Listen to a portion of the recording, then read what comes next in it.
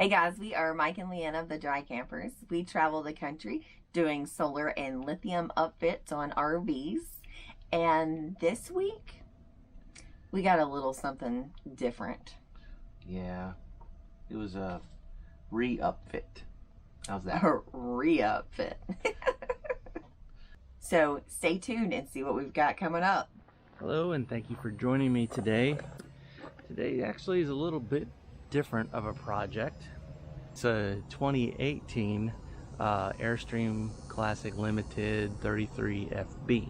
I worked on one of these several months ago in Texas, if you remember the farm videos.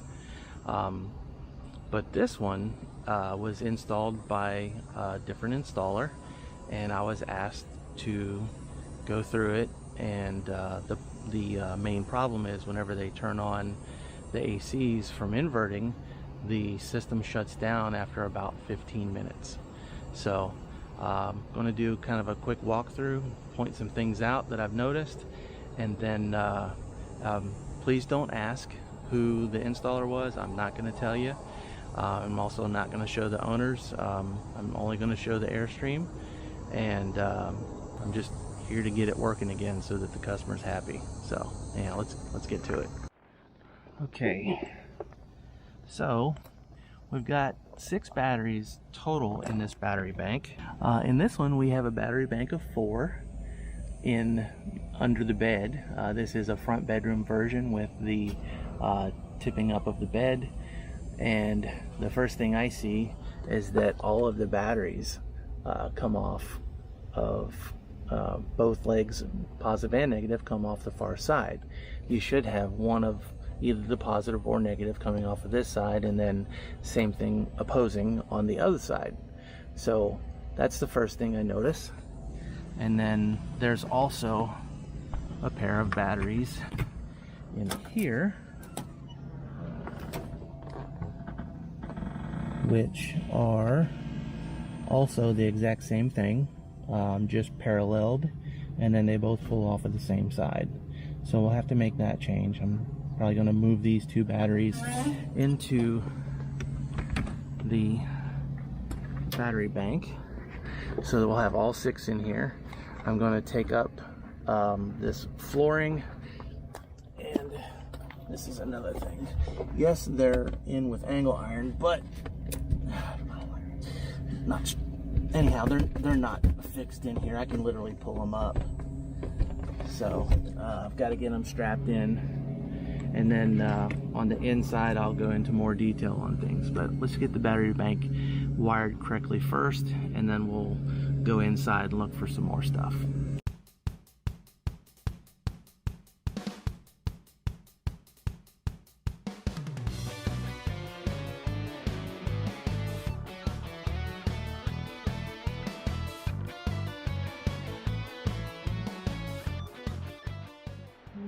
Okay, so I got the battery bank undone. Sorry for the lawnmower, nothing I can do about it. Got the battery bank undone, got it moved over. Now I can get down behind the wall of this fake wall right here, and I see some things, and I'm like, what is that? And more importantly, why does that AC wire have DC connected to it? So let's just do some more investigating, try and figure out what's going on. Also, I haven't seen any shutoff switches for this system, so those are going to have to be inserted. Hopefully it shouldn't be that big of a deal, but you have to have the ability to shut the batteries off, and right now I am not seeing that anywhere. So anyhow, the DC power panel is hanging out, the shunt hanging out, and that's why, oh wow, really? The shunt literally is just connected to DC. It has no power running through it whatsoever. So it's not wired properly at all. I have to definitely gonna have to make some changes here. So anyhow, let me dig in some more. I have a feeling that the DC power side's all that's messed up, and the AC power side's probably going to be perfect. I'm pretty sure that an electrician did this install, and you have to know both AC and DC to do these systems. You can't just wing it. Everything was fairly protected. I mean, as far as that goes, he has a fuse on the system, but more importantly, the fuse is over at the multiplus, is inside the RV. All of this here, all the battery bank going into this distribution block, it runs under the RV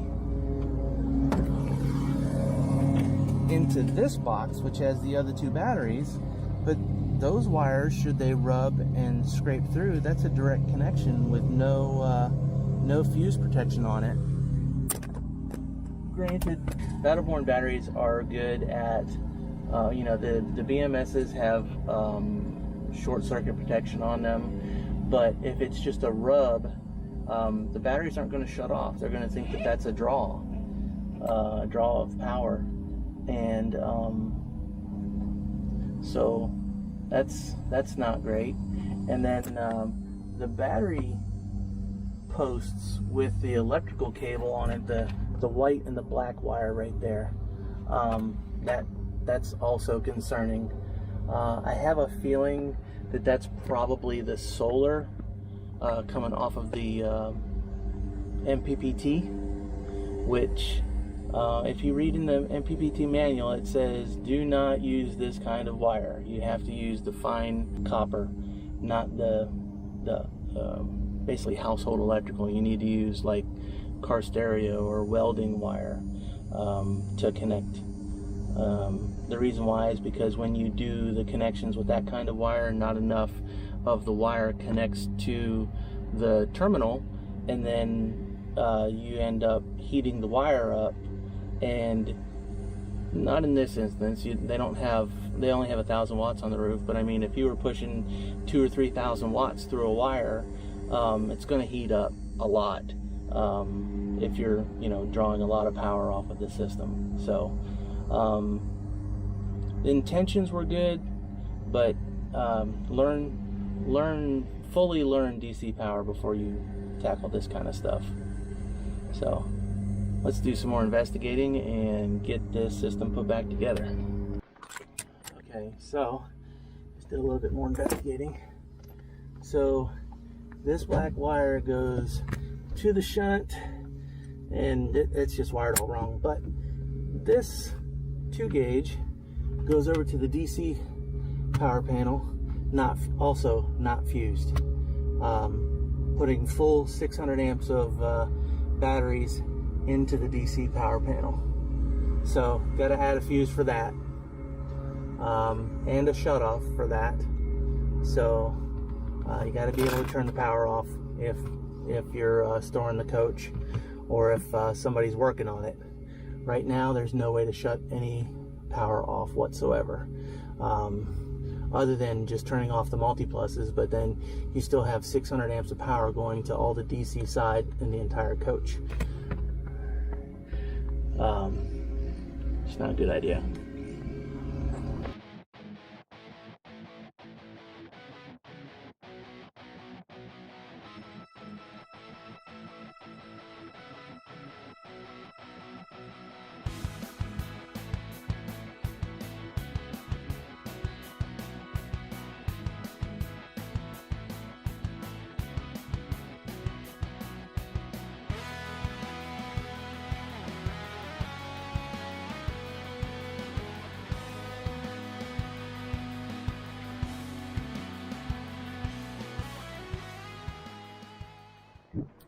Okay, so we're back on the Airstream. After some testing, we've come to the conclusion that the wire which is QC battery cable, 2-aught gauge SAE with two denotations and then a foot marker. It also has stamped in it certified full 2-aught AWG copper stranded, minimum 0.422 pounds copper per foot. So yeah, I've never seen anybody say that on a piece of wire unless they're lying. So I don't know exactly what's in this wire, if it's tin or some sort of copper. It definitely looks like copper, but this is not as heavy as this, and they are within, they're very close to being the same length. This one is just a teeny bit longer. I don't have a food scale to be able to measure it, but I mean, it's even with the double jacket, this one is lighter. Okay, so these are the positive and negative power distribution blocks, and these are, I literally just cut the things off because I didn't have an Allen wrench that was this big to be able to remove them. And if you look, this is how they were stuck in there, and the owner of the RV was talking about complaining of things were getting hot and stuff like that. So but shoving these screws up in here and just tightening a bolt down on it, that only allows continuity. It doesn't allow amperage. And what I mean by that is there's not enough surface area of these two connecting to this block and then distributing out to all of the pieces of equipment. The rest of the problem with this is these two were coming from a 4-bank and a 2-bank battery banks. So you had 600 amps of power coming through here, if it would let it. But that's what these things are, was the power distribution blocks, which these are for electrical. This isn't for DC power. So now I have to pull all the batteries back out again, then replace all of the wiring, 2-gauge battery cable all the way into the multi-pluses, and with that I will do another test as soon as I'm done, and then go on to the rest of the system.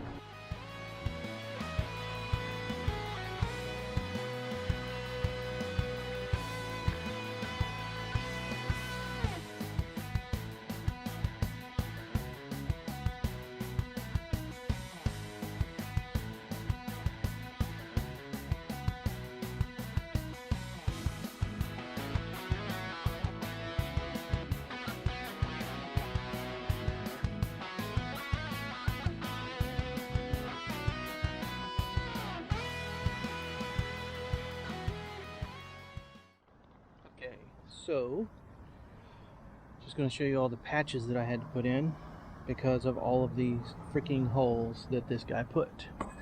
Okay, so combiner box, 4 holes, rivet in the middle of the thing, I have no idea why, large hole, and then 2 small holes. That's where the original wiring went down. I still am going to seal around the edge of all this. Wire clamp holder. Oops, I gotta get that one fixed. Sealed up. Another wire clamp. Random hole. Box hole. What's that thing called? Combiner box. And this one here is a junction box. There's another one right there.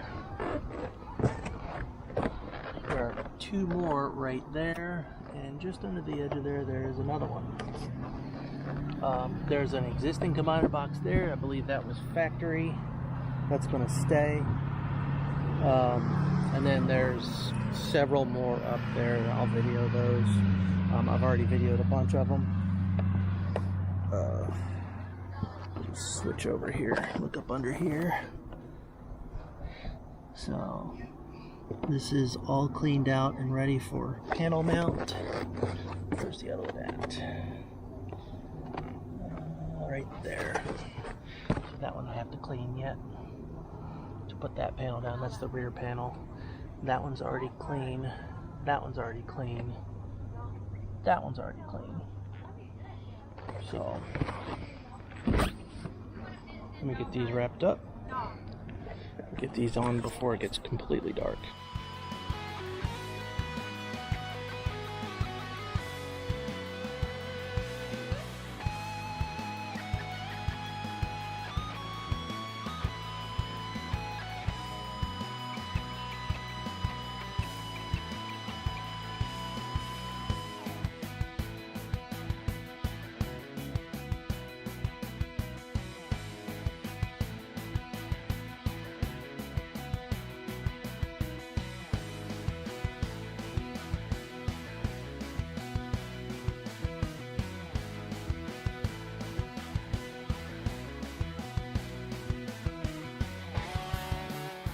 Okay, so in this system, the things that I changed were a combined battery bank.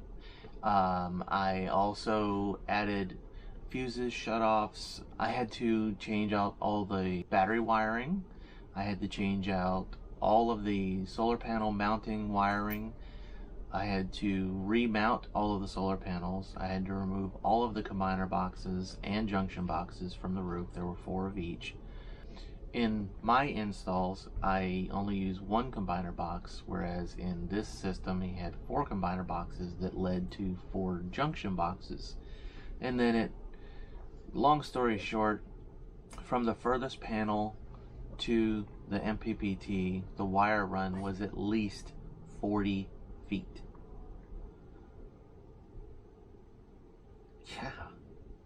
And doesn't that mean, okay, so you guys, like, obviously he's the guru, so I have to ask questions too. I've learned a lot, but I still have to ask questions. So, but that means that there's a loss in the wire, right? Yes. Because it's so long. So after some quick calculating, 8 AWG, and actually after thinking about it, it was closer to 48 feet because it was 20 feet over, 20 feet back, 8 feet from the roof down. So about 48 feet. The panels run at about 18 volts. You get a wire loss of about 16%. Wow. So in perfect sunlight, the best that he could ever do is 840 watts. Out of the 1,000. Out of 1,000 watts of panels. Sheesh. Yeah, that's really not good. So the reason that this system would shut down after 15 minutes of trying to run it before Mike got there to diagnosis was a couple of reasons. Not only was it the split battery bank, he didn't wire the positive and the negatives correctly. Mm-hmm. The DC wasn't even, it just wasn't right altogether, yeah. Right? Because of the lack of surface area in the distribution blocks, it was causing a lot of heat, which caused the current to not flow. So there were, not only these things, but there were so many different things, including the incorrect wire.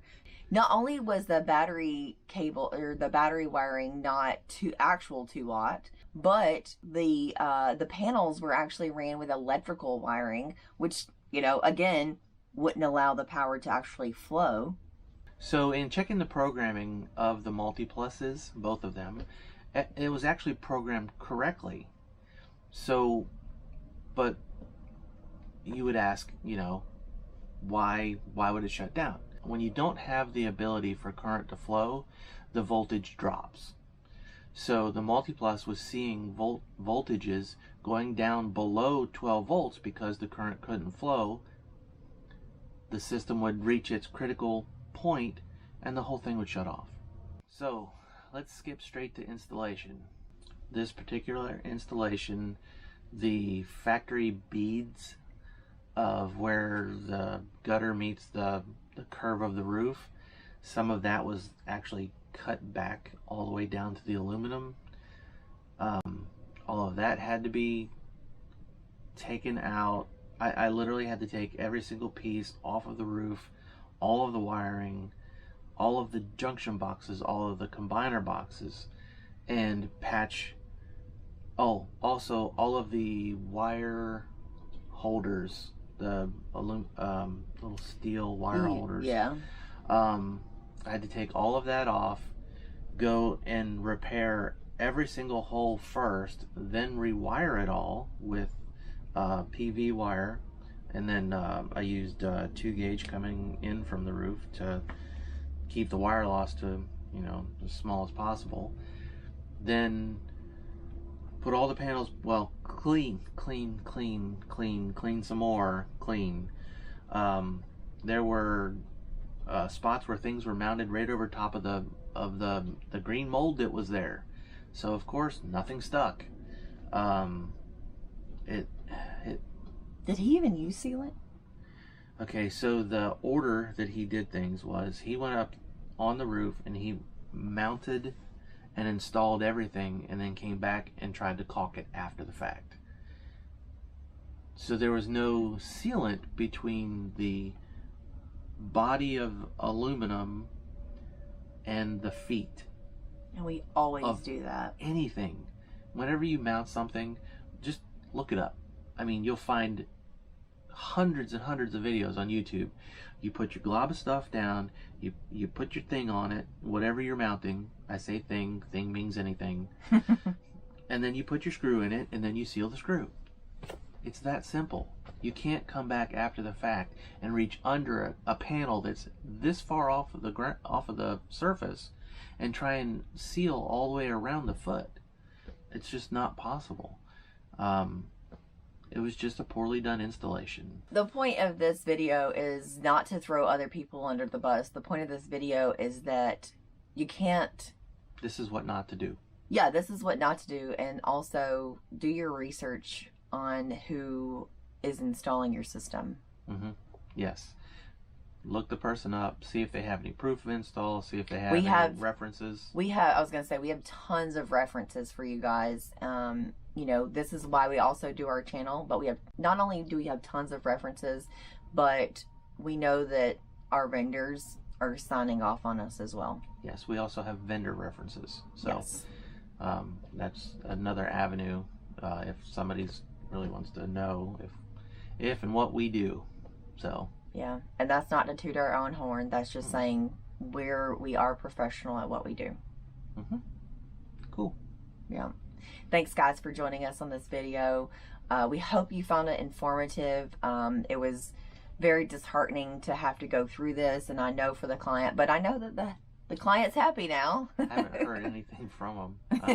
I mean, it's just, yeah. Yeah. So smash the like button, hit that dingy bell ringy thingy, and we'll catch you on the next install.